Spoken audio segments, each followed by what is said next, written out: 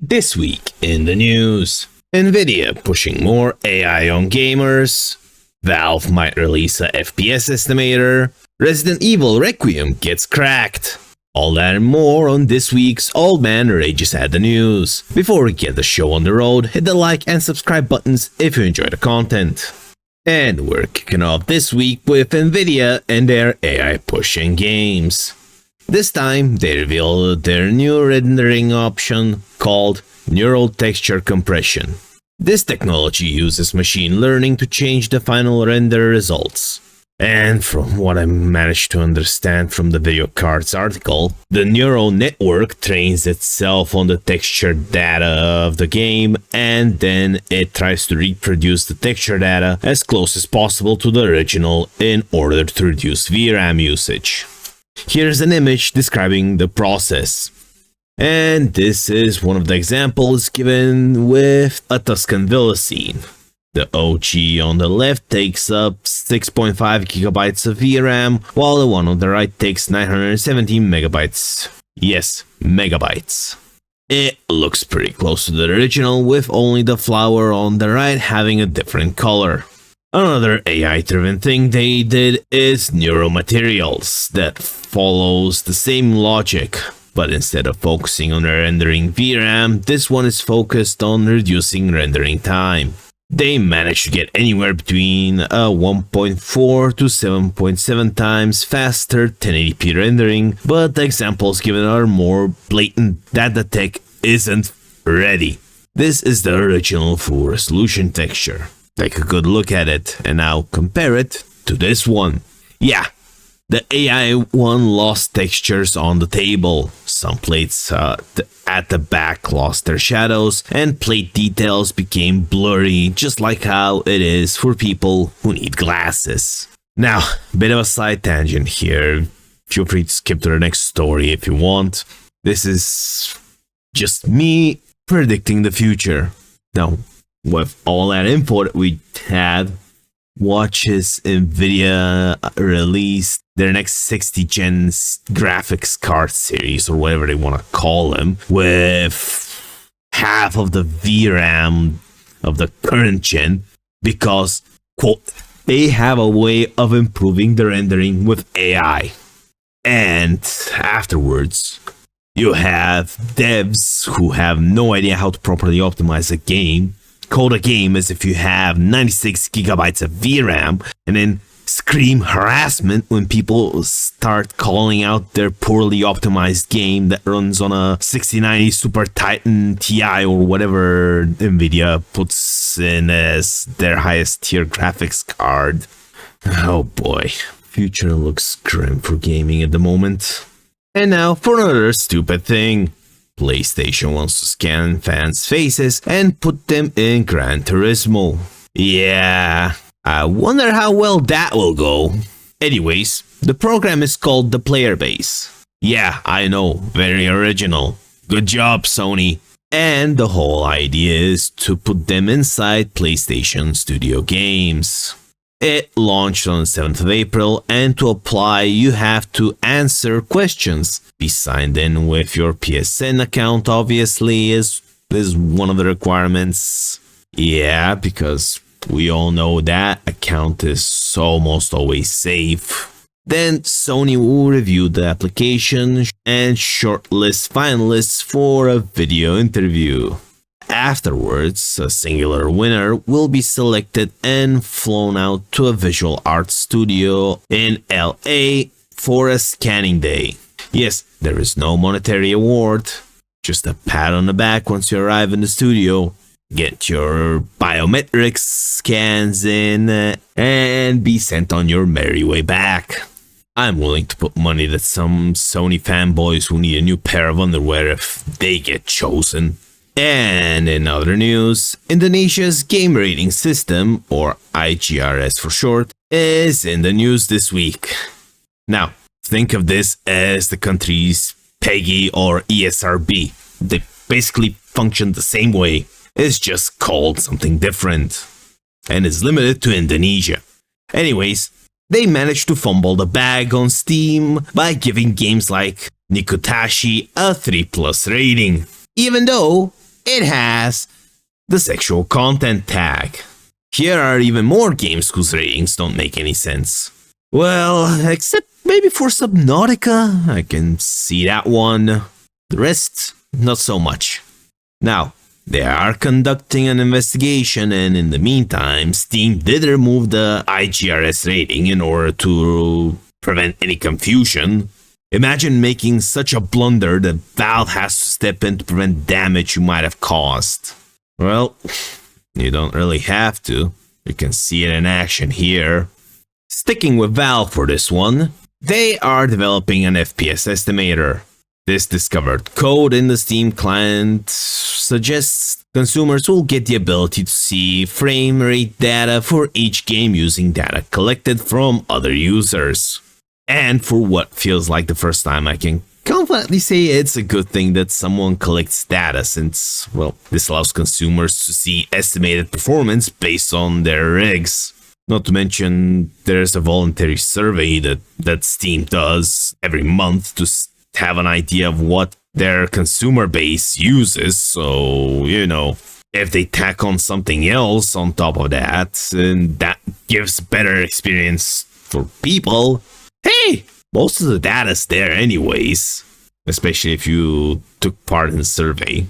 And to sell this even harder, that makes selling unoptimized games to consumers even harder, since if you have somebody who basically has a, well, let's say 5090, plays a game that runs like shit and barely reaches 30 FPS, since let's be real, at 30 FPS is still gonna be playable, it's just the responsiveness of the game is gonna be questionable. But anyways, I'm getting sidetracked. You'll be able to see that you get 30 FPS with a 5090, and you'll be like, if he's getting that, do I want to risk buying this shit? Or let's say a 3060 or whatever AMD uses as an equivalent. All right, let's say an RX 960 or a 5060 or whatever is applicable to on your end. You see that with your graphics card, the game runs at 20 FPS. Your graphics card also happens to be them shown on the minimum system specs.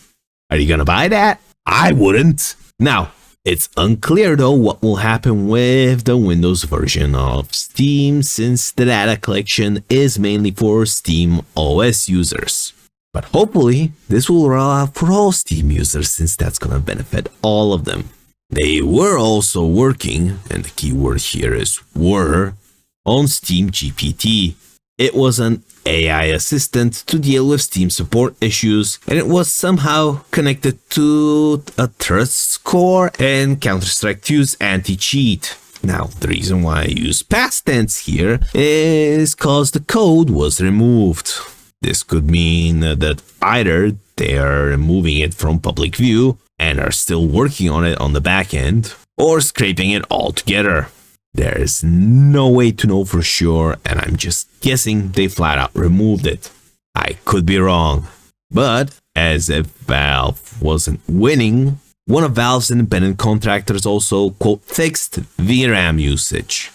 Now, this only applies for Linux though, so, well, it is what it is. Somebody is getting some benefits out of it.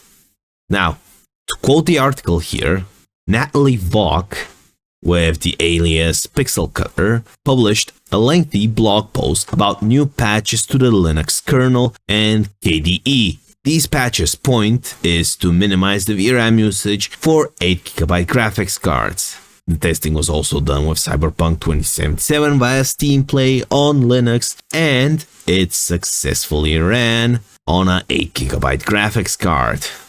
Before the patch, the game was using over 6GB of RAM, and further 1.3GB was pulled from system memory. With the patch applied, the GTT usage halved to just 650MB, and allowed the game to use 7.3GB of video memory, resulting in less latency and stutters. Would have thought. Steam users on Linux are winning big here. I mean, no matter how you look at it, that drop in VRAM usage is huge. Oh boy. Mind you, SteamOS is basically Linux as well. So, that applies for SteamOS as well. In other news, Hip Hop Gamer says GTA 6 user-generated content, quote, will produce millionaires. Now, that's a bold thing to say, but let's hear him out. Hip Hop Gamer claims in an interview with PC Gamer that Rockstar is building GTA 6 as an ecosystem and marketplace for user-generated content. Now, to quote him, this game will produce millionaires. We're living in a time where user-generated content is a major thing. It's wise and worth the wait. When it does come eventually on PC, if you thought GTA 5 was crazy, especially with the RP servers and everything that they're doing, you ain't seen nothing yet. He also claims to be aware of a special side mission that features the major rapper that left CM Punk bloody by accident. That statement makes it sound like he's referring to the rapper Freddie Gibbs, who accidentally wounded the wrestler CM Punk.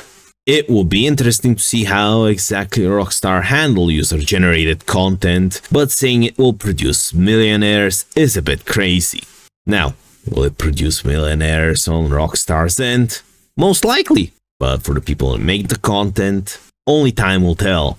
Or at the very least we'll see around December, since Ghost Hop, a retired Call of Duty leaker/insider, claims that GTA 6's online component will be launched within a month of the game's release.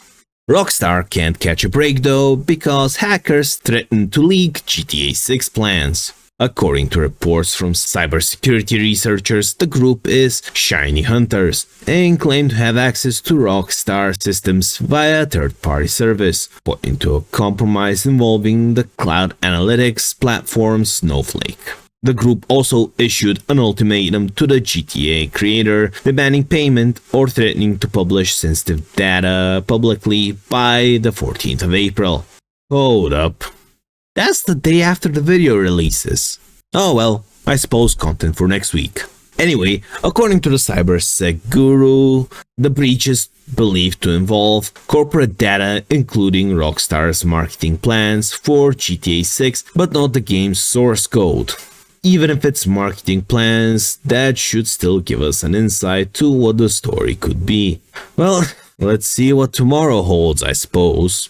And in other news, Paul Tassi did a check on Marathon a month after launch, and he has data. Most of these numbers were covered in previous videos, but to give you a refresher, Marathon got an 88% positive reviews on Steam, 4.54 out of 5 stars on PlayStation, and 4.1 out of 5 on Xbox. Marathon managed to sell 1.2 million copies across all platforms 2 weeks ago, and Paul Tassi confirmed that was close to accurate. The game managed to get nearly 478,000 active users in the first week, then dropped to 345,000. Now, with all those numbers out of the way, we can go over the budget. Paul Tassi can confirm that Marathon's budget is over $200 million, likely even more than $250 million without including ongoing costs. Now, let's do some rough math here, shall we? Multiplying the 1.2 million copies sold and assuming that everyone bought the default $40 version of the game, you get 48 million. Now that's not even 1/4 of the budget spent. So there, right off the bat, that would be the worst case scenario. Now, let's do the same thing, but this time just assume that everybody bought the deluxe version, which cost $60. You get 72 million at best. So, out of the sold units, you get anywhere between 48 to 72 million. Mind you, this doesn't include the Battle Pass, or Season Pass, or whatever you want to call it in this game, since that's $10 on top of the game.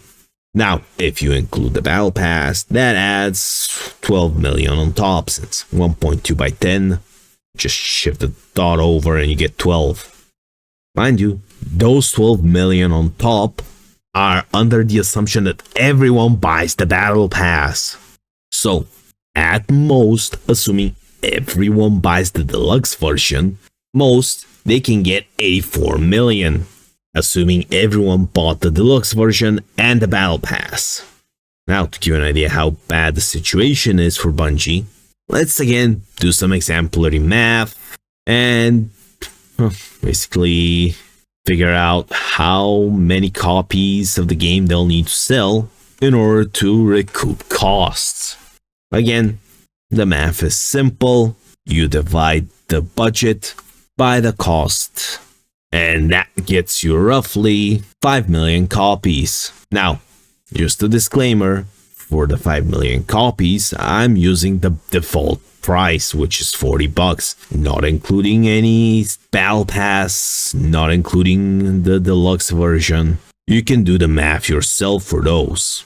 Now, I do understand that people bought bundles and or in-game currency, which, yeah, helps with the budget. But let's be real here. That's not gonna be anywhere near enough to help them recoup costs anytime soon. I mean, I won't be surprised if Sony pulls the plug on this at any point, especially if the budget is close to 250 million bucks. Jeez. And now for something interesting. Kerbal Space Program got a lot more players recently. Obviously, why am I covering this? Well, some context is gonna be required here. And to start off with, we're going to SteamDB. Why? Because they place notes whenever there's a spike in player base, especially if that's related to an event, be it in-game or out-of-game. And in Kerbal Space Program's case, on April 1st, they got a note saying that Artemis 2 launched. Yes, a space program by NASA caused a spike in the game's player base. That's not all though, since in the US, Kerbal Space Program got a surge of searches, giving the community a new breath of life. You even have people asking if it's possible to recreate the mission itself on Reddit. The last thing it also did is cause an increase in Twitch viewers and channels. The month of April is not over and it already gained more than 850 average viewers. Now, that doesn't sound like a lot of viewers, but for March and February, the average viewers were sitting at 96 and 80 respectively. If only there was a second game in the series. Who knows, there might have been an increase in the community, but alas, no second game. Moving on, Xbox is changing their iconic achievement animation and icons. This update is only for Xbox insiders and it brings new customization options, and with the update they added a 100% completion achievement. They're also allowing the ability to hide games on your profile. I wonder why. One of the customization options is the ability to change the profile color and have the achievements match it as well. This is how the new default will look. On the left, we have the classic achievement pop, and on the right, we have one for the rare achievements as well. In other news, the Papers, Please creator Lucas Pope says he no longer reveals what he's working on in case it's stolen or slurped up by AI. This came from an interview with Mike Ross and Rami Ismail's podcast, where Lucas explained he has no aspiration to build a team of developers and was simply content to, quote, sit at the computer, throw shit at the keyboard and write some songs and pull together some programming code and try to make games. He also stated, I do have this kind of curse that I really want to finish things actually. I'm very production focused in the sense that I want the production to work. I want it to be efficient. I want it to finish. I want it to actually produce something at the end. But I also like to talk about the stuff I worked on. And I think just now, the situation kind of feels different to me, that you don't really talk about stuff when you're working on it because, I don't know, it's just going to get slurped up by AI or people are going to copy it or something else like that. I mean, it's not a hard rule, it's just I got the kind of feeling about it. and I just didn't feel as comfortable talking about the stuff I was working on again. So I hope that sort of breaks and I can feel comfortable talking about the stuff I'm working on. I mean, nobody can fault him for this thinking, considering how easy it is for AI to just steal games like that. Hey, hope whatever the guy's working on is a success. And now, for what I can call catfishing. Rust 2 might be a thing. Now, why I say might? Well, it's simple. Because this Reddit post claimed to have found Rust 2 on Steam with the page being unfinished. The top comment by the user Adabar pointed out that the account is 2 minutes older than the post, and Facepunch responded immediately. To quote him, "This is a stunt, but for what purpose?" Yep, this is a potential stunt, since the comment is literally right here, and hell, Gary Newman even said to PC Gamer that they are not making Rust 2. Additionally, he claimed that he has no idea what this is all about.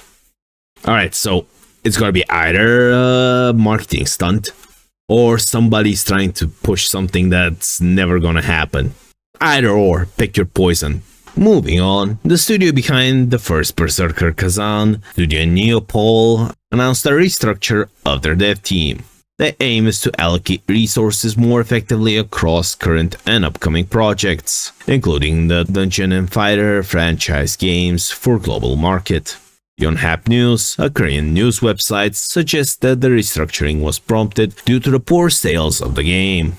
Moving on, Doki Doki Literature Club got removed from the Google Play Store because it somehow broke the TOS. This happened on the 8th of April, and on Blue Sky, the developer stated, "Yesterday Google chose to remove Doki Doki Literature Club from the Google Play Store. Their explanation is that the game's content violates the terms of service in its depiction of sensitive themes." Doki Doki Literature Club is widely celebrated for portraying mental health in a way that meaningfully connects deeply with players around the world, helping them feel heard, understood, and less alone on their journey. Managing to achieve that, making a truly meaningful difference by using the power of fiction to connect to others, is what I'm most grateful for. It inspires me every day to keep making cool new things that can really reach others, especially those in need of connection. Doki Doki Literature Club is available on many different major platforms, including iOS, Nintendo Switch, PlayStation, and more. We are continuing to do everything we can to find a path forward for getting Doki Doki Literature Club reinstated on the Google Play Store. Meanwhile, we are also looking into potential options for alternative methods of distribution on Android devices.